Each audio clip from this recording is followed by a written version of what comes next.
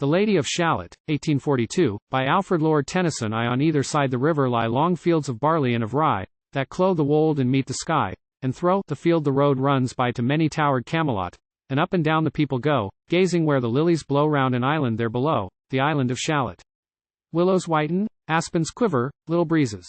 Dusk and shiver Thro, the wave that runs forever by the island in the river flowing down to Camelot. 4 grey walls and 4 grey towers overlook a space of flowers, and the silent isle imbowers the Lady of Shalott. By the margin, willow veiled, slide the heavy barges trailed by slow horses, and unhail'd the shallop flitteth silken-sail'd skimming down to Camelot. But who hath seen her wave her hand? Or at the casement seen her stand? Or is she known in all the land, the Lady of Shalott? Only reapers, reaping early in among the bearded barley, hear a song that echoes cheerily from the river winding clearly, down to towered Camelot, and by the moon the reaper weary, piling sheaves in uplands airy, listening, whispers, "'Tis the fairy Lady of Shalott. Too there she weaves by night and day a magic web with colours gay. She has heard a whisper say, a curse is on her if she stay to look down to Camelot.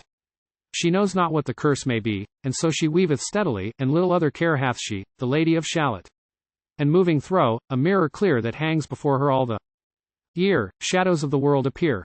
There she sees the highway near winding down to Camelot. There the river eddy whirls, and there the surly village churls, and the red cloaks of market girls, pass onward from Shalott. Sometimes a troop of damsels glad, an abbot on an ambling pad, sometimes a curly shepherd lad, or long-haired page in crimson clad, goes by to towered Camelot. And sometimes Thro, the mirror blue the knights come riding 2 and 2. She hath no loyal knight and true, the Lady of Shalott. But in her web she still delights to weave the mirror's magic sights, for often Thro, the silent nights of funeral, with plumes and lights and music, went to Camelot. Or when the moon was overhead, came 2 young lovers lately wed. I am half sick of shadows, said the Lady of Shalott. 3 a bow shot from her bower eaves, he rode between the barley sheaves, the sun came dazzling thro' the leaves, and flamed upon the brazen greaves of bold Sir Lancelot. A red cross knight forever kneeled to a lady in his shield, that sparkled on the yellow field, beside remote Shalott.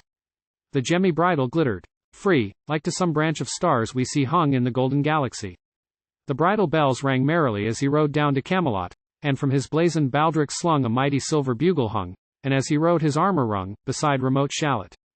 All in the blue unclouded weather thick jeweled shone the saddle leather, the helmet and the helmet feather burned like one burning flame together, as he rode down to Camelot.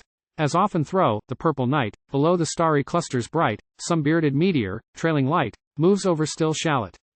His broad clear brow in sunlight glowed, on burnished hooves his war horse trode, from underneath his helmet flowed his coal-black curls as he rode down to Camelot. From the bank and from the river he flashed into the crystal mirror, Tiralira, by the river sang Sir Lancelot. She left the web, she left the loom, she made 3 paces thro' the room, she saw the water lily bloom, she saw the helmet and the plume, she looked down to Camelot. Out flew the web and floated wide, the mirror cracked from side to side, the curses come upon me, cried the Lady of Shalott. IV in the stormy east wind straining, the pale yellow woods were waning, the broad stream in his banks complaining, heavily the low sky raining over towered Camelot. Down she came and found a boat beneath a willow left afloat, and round about the prow she wrote the Lady of Shalott. And down the river's dim expanse like some bold seer in a trance, seeing all his own mischance, with a glassy countenance did she look to Camelot. And at the closing of the day she loosed the chain, and down she lay. The broad stream bore her far away, the Lady of Shalott. Lying, robed in snowy white that loosely flew to left and right, the leaves upon her falling light, Thro, the noises of the night she floated down to Camelot, and as the boat head wound along the willowy hills and fields among, they heard her singing her last song, the Lady of Shalott. Heard a carol, mournful, holy, chanted loudly, chanted lowly, till her blood was frozen slowly, and her eyes were darkened wholly, turned to towered Camelot. For ere she reached upon the tide the first house by the waterside, singing in her song she died, the Lady of Shalott. Under tower and balcony, by garden wall and gallery, a gleaming shape she floated by, dead pale between the houses high, silent into Camelot.